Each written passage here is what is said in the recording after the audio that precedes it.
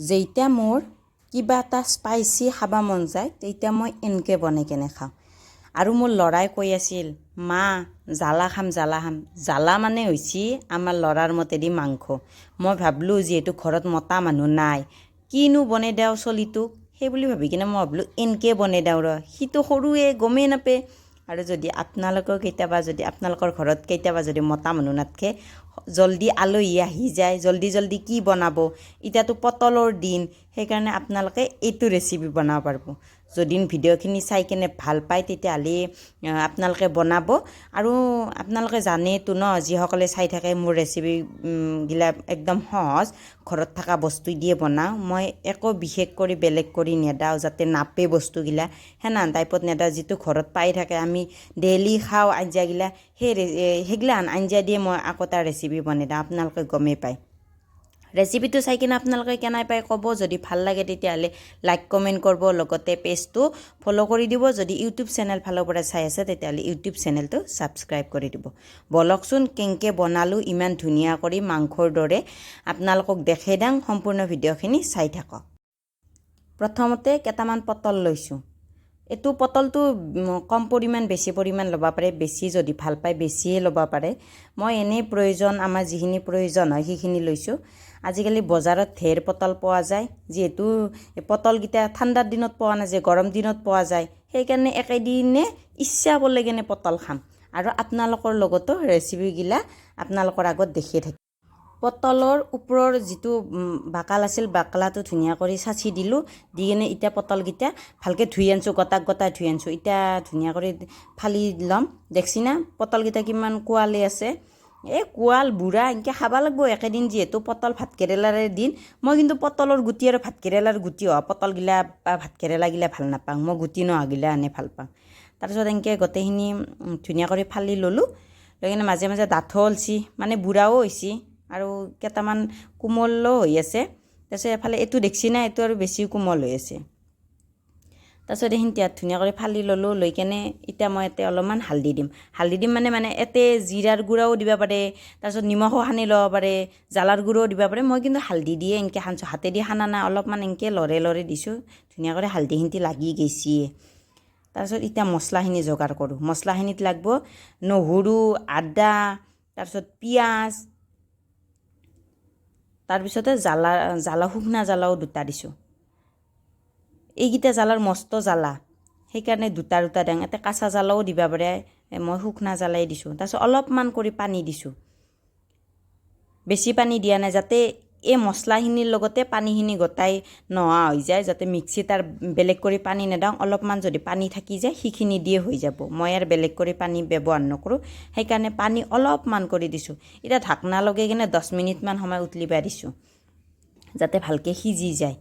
আৰু এৰে পানীখিনি ওলাই গেলি তেতিয়াহ'লে এৰে দেখোন ভিটামিনখিনি সোৱাদখিনি গোটাই গুচিয়ে যাব সেইকাৰণে পানীখিনিও ৰাখি দিছোঁ একেলগতে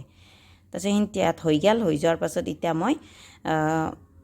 পটলখিনি ভাজিম ভাতকেৰেলা খাব খুজিছিলোঁ পটলখিনি ভাজি ল'ম ধুনীয়া কৰি তেল দিছোঁ কেৰাহীত দি কিনে এতিয়া পটলখিনি ভালকৈ গোটাখিনি ভাজি ল'ম আপোনালোকে যদি এনেকৈ ৰেচিপি বনাই কেনে খোৱা নাই তেতিয়াহ'লে একবাৰ মোৰ ৰেচিপিগিলা ট্ৰাই কৰি কেনে চাব আৰু গমেই পায় আপোনালোকে মই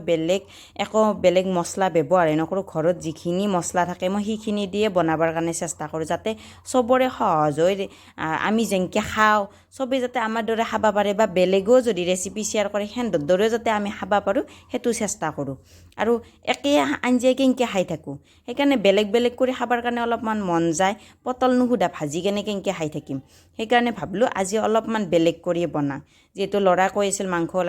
লাগে ঘৰত মতা মানুহ নাথাকিলে এনেকৈ সৰু চলিক এনেকৈ মাংস বনাই দিব পাৰি যদি শলকান কেতিয়াবা পটককেনে আলহী আহি যায় কি বনাওঁ সেই বুলি ভাবি কেনে এনেকৈ যদি আপোনালোকৰ ঘৰত পটল থাকে তেতিয়াহ'লে এনেকৈ বনাই দিবৰ কাৰণে পাৰে ধুনীয়া কৰি পটলখিনি ভাজা হৈ যোৱাৰ পাছত এতিয়া মই আদা আৰু নহৰু যিখিনি জ্বালা পিঁয়াজ এনেকৈ বইল কৰি লৈছিলোঁ সেইখিনি মিক্সিত দি দিলোঁ এতিয়া মই ইয়াতে বিলাহীও দিম বিলাহীখিনিও বইল কৰি ল'ব পাৰে এটা বিলাহী দিছোঁ বিলাহীখিনি বইল কৰি ল'ব পাৰে কিনো বিলাহী এক পেচ মাৰলিক কেনে গুড়া হৈ যায় যিহেতু বিলাহীখিনিনো কি বইল কৰিব লাগে বেছি টেঙা যদি খাব বিচাৰে তেতিয়াহ'লে বিলাহী অলপমান বেছি কৰি দিলেও কথা নাই মই কিন্তু দুটাই দিছোঁ আৰু তাৰপিছত কেৰাহীত তেল ৰৈয়ে গৈছিল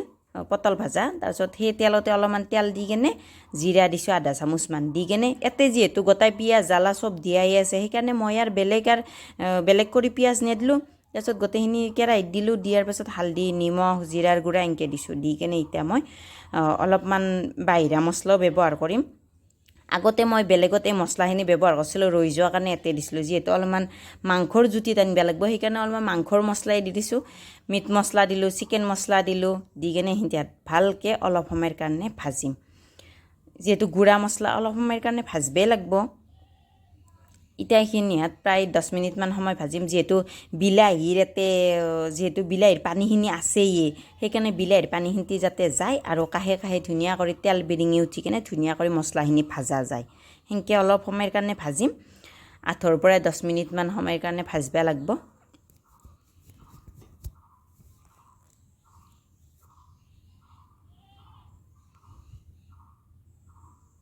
এতিয়া ধুনীয়া কৰি ভাজা হৈ গ'ল দেখছি কাষে কাষে তেল বিৰিঙি উঠছি ধুনীয়া কৰি মছলাখিনিৰ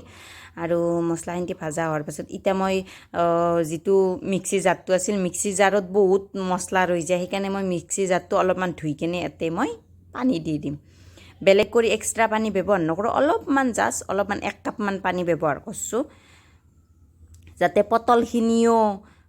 খুব বেছি 10-15 মিনিটমান সময় ভাজিব লাগিব যদিও বা ভাজা যোৱা নাই ভালকৈ তেতিয়াহ'লে এতে দিলি ভালকৈ ভাজা গেল সেইটোৱে কথা আৰু তাৰপিছত ধুনীয়া কৰি পটলখিনিও দি দিলোঁ এতে দি কেনে প্ৰায় এতেও 10 মিনিট 15 মিনিটমান সময় ধুনীয়া কৰি উতলিব দিম যাতে মছলাখিনি ধুনীয়া কৰি ডাঠ হৈ আহে বেছি পনীয়া কৰিও নাৰাখোঁ ভাতৰ লগত যাতে অলপ অলপ সানি খাব পাৰে এতিয়া মই অলপমান গৰম মছলা দি কেনে এইখিনি ডাঠ হোৱাকলিগান উতলিব দিম লাহে লাহে ডাঠ হৈ আহিল দেখছি না পানী যিমান আছিল এতিয়া ধুনীয়া কৰি ফুট কৰি বক কৰি উতলি আছে বেছি পানী নাই এতিয়া আৰু ৰেচিপিটো ধুনীয়া কৰি হৈ গ'ল আজিৰ ৰেচিপিটো চাই কিনে আপোনালোকৰ কেনে লাগিল আপোনালোকে জনাওক এটা কমেণ্ট কৰি কেনে আৰু যদি আপোনালোকে পাৰে এনেকৈ ৰেচিপিটো বনাই খাবৰ কাৰণে চেষ্টা কৰিব আজিলৈ আহিছোঁ দিয়ক বাই বাই এটা নতুন ৰেচিপিৰ লগত আপোনালোকক পুনৰ লগ পাম মই ৰেচিপিবিলাক সদায় দিবৰ কাৰণে চেষ্টা কৰি